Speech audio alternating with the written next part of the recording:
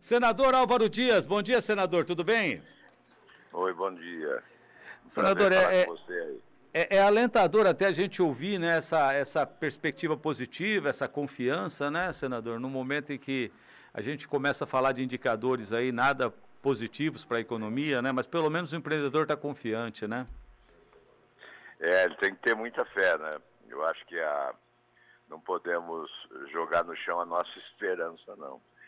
Afinal, os governantes passam e o país fica com as suas potencialidades e com seus empreendedores, com seus trabalhadores. O que nós precisamos, numa hora como essa, é acertar no alvo, porque o que se vê é desvio de foco, né? Pautam a imprensa e pautam a política, os políticos, né, são pautados, especialmente pelo presidente da República, no desvio de foco visível. Nós não estamos enfrentando os reais problemas brasileiros. Estamos discutindo questões periféricas. Quando se discute se determinada divulgação é fake news ou não é fake news, é uma questão para a justiça.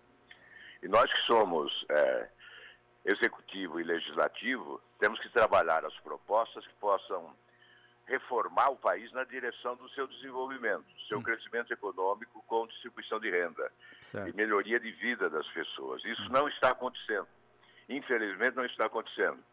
Quando se coloca em debate o voto impresso, depois de 25 anos de sucesso de uma nova modalidade de sistema eleitoral, é porque você quer desviar o foco.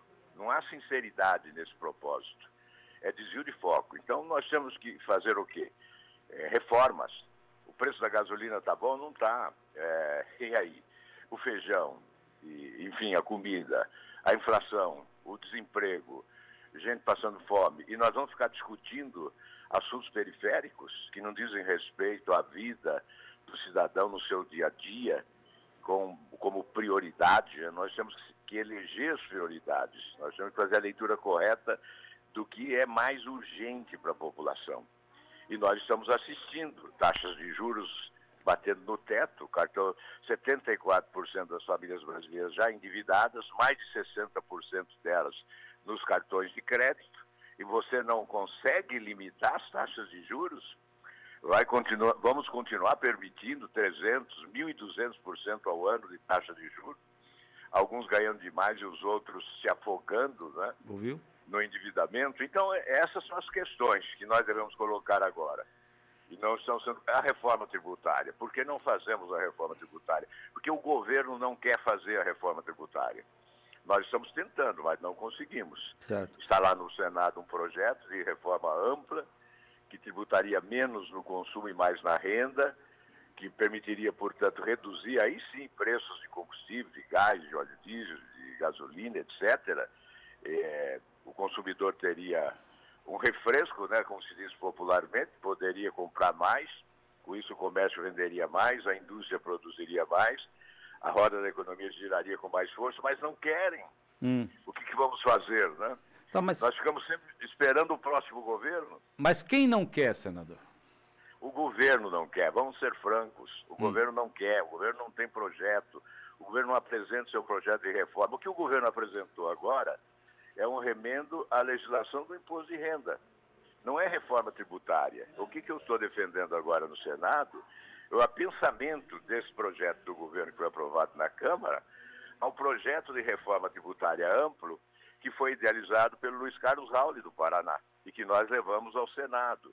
Esta sim é uma reforma que simplifica, é uma reforma que tributa menos no consumo. Agora, você poderia perguntar, eu pergunto e respondo, por que o governo não quer? Todos os governos não quiseram até agora, né? Por quê? Eles imaginam que podem perder receita num primeiro momento. Até podem, num primeiro momento.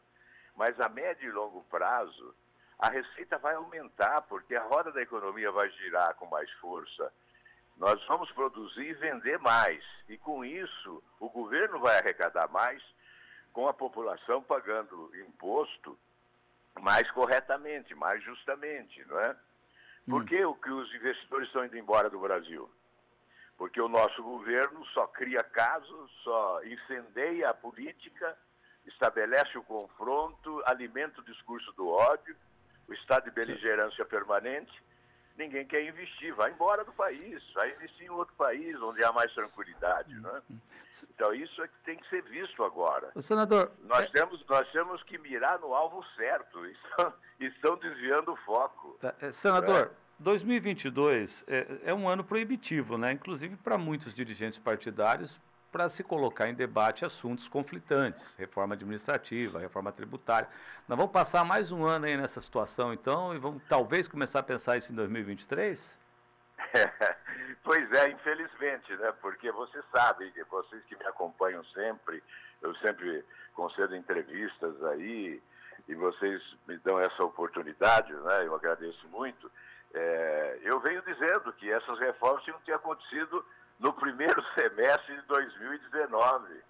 Eu dizia isso, aqueles que têm boa memória e que me ouviram em 2018 devem se lembrar que eu dizia: todas as reformas jogadas na mesa do Congresso na primeira semana do mandato.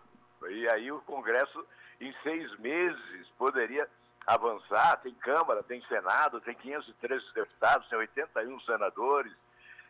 Organizaríamos comissões para tratar dos assuntos diversos, caminharíamos simultaneamente, uma reforma na Câmara, outra no Senado, haveria esse cruzamento, não é? Então agiríamos rápido para o país voltar a crescer economicamente. Mas não fizeram, ficaram discutindo eleição. Já na primeira semana subiram no palanque para dizer que teríamos a reeleição. Aí começaram com o projeto 2022, só campanha, e não se faz a reforma que o país precisa. E mantém o toma lá da cá como antes, né? Agora comprando mais caro, o preço agora aumentou. Inflação também no toma lá da cá. Senador, agora perguntas assim que eu gostaria de fazer um toquezinho com o senhor, rapidamente. Ponte da Integração, tem um debate e vai parar aí no Senado.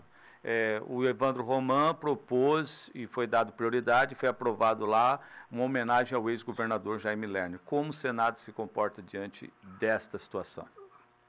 Bem, eu acho que deve ouvir a sociedade, deve ouvir não só o Paraná, Foz do Iguaçu especialmente, mas também o lado de lá, o Paraguai. Então, a ponte já tem nome, é Ponte da Integração. Com todo respeito ao ex-governador Jaime Lerner, com todo respeito, ele merece todo respeito, homenagem póstuma a ele, todas as homenagens, mas não se ouviu as entidades, as instituições, não se ouviu o povo. Acho que não se muda um nome assim, sem consultar. Essa é a minha posição pessoal. Vai cair lá na Comissão de Educação, vamos ver como é que isso termina. O senhor passa por aí também um outro tema, que é a questão de cassinos. O tema voltou a ser discutido. Ontem a bancada evangélica já disse que não aceita isso lá na Câmara Federal. No seu entendimento, é o momento de se discutir esse tema? Não, eu creio que esse tema não é para agora, né? Acho que não é o momento de discutir esse tema, temos outras prioridades. Estrada do Colono, senador. Bem, eu tenho uma posição histórica, né, sobre o Estado do Colono e vejo diferente do que veem alguns ambientalistas, alguns com conhecimento de causa e outros muito distantes da realidade, né? Mas eu sempre entendi que a estrada seria preservacionista e não depredadora. É claro que perdemos muito tempo, né? São mais de 30 anos discutindo esse assunto, mas eu acho que nós poderíamos ter resolvido bem antes isso. Quando eu era governador, estava com o projeto pronto, já ia fazer licitação, ia realizar uma pavimentação sem movimentação de terra, sem depredar meio ambiente, um projeto moderníssimo de estrada-parque, como existem em outros projetos, em outros países do mundo, mais desenvolvidos do que o nosso, né? Mas estamos discutindo isso ainda 30 anos depois.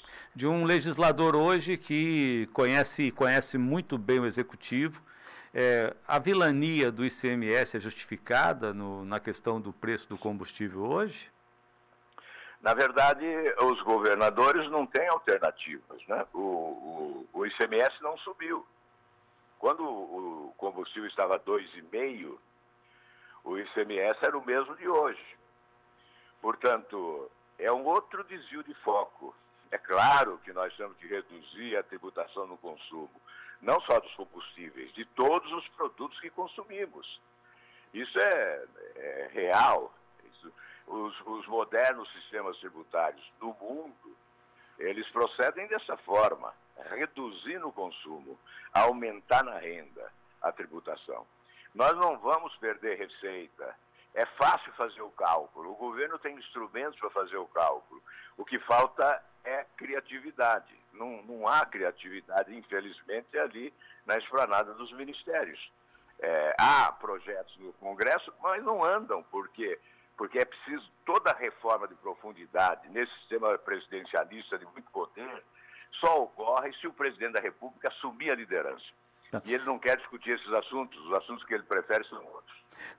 Sobre a reforma eleitoral, tem a ver também com o partido que o senhor integra, há interesses nessa área também, mas vamos lá.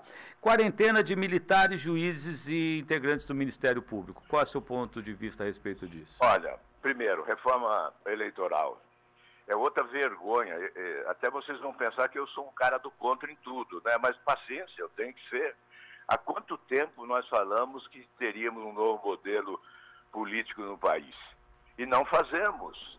Eu disse já ao presidente Fernando Henrique, lá atrás, há quantos anos, que se o presidente da República não assumisse a liderança do processo de reforma política, ela não aconteceria, porque no Congresso pesa o corporativismo, o interesse do partido ou do parlamentar. E muito longe fica o interesse da população do país. Então, por isso que eu dizia, olha, o presidente da República tem que formar uma comissão de especialistas, elaborar um projeto, encaminhar ao Congresso e defender. Aí foge do corporativismo. O que nós estamos discutindo hoje não é uma reforma política, é um remendo a uma coxa de retalhos. Então é evidente que eu não me conformo com isso. É claro que cada partido está defendendo o seu interesse, cada parlamentar defendendo o seu, e essa questão da quarentena, por exemplo, é interesse dos deputados que não querem.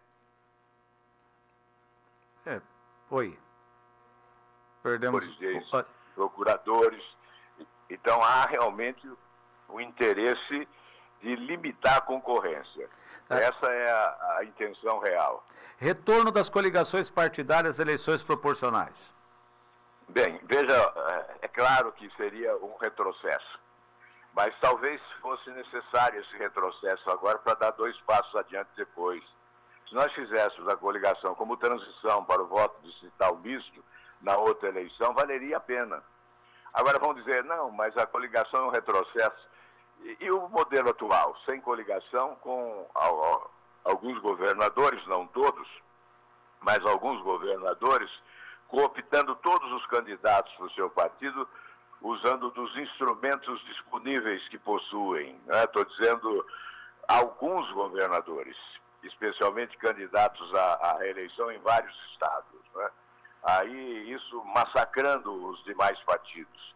Então isso também não é correto. Nós teríamos sim que fazer uma reforma valorizando os partidos políticos, exatamente porque o sistema democrático ele é sustentado por partidos, né? Não há como não termos partidos. Obviamente temos demais, né? Temos que reduzir também o número de partidos, mas isso passa por uma reforma ampla. Então está havendo uma inversão das prioridades. Nós estamos discutindo a periferia sem discutir o centro da questão, né? Nós estamos indo para as beiradas e deixando de discutir a questão central. Tá, o fundo Especial de Financiamento de Campanha, o Fundo Eleitoral, senador, essa proposta aí de liberar 6 bilhões, agora falam em 4 bilhões, como é que o senhor acha que termina essa questão, depois do veto? Bem, eu acho que vai terminar nos 4 e pouco, foi o entendimento do presidente, né? E eu acho que é um abuso, porque nós estamos vivendo um momento difícil, de dificuldades incríveis, e temos que dar o exemplo de cima para baixo. Né?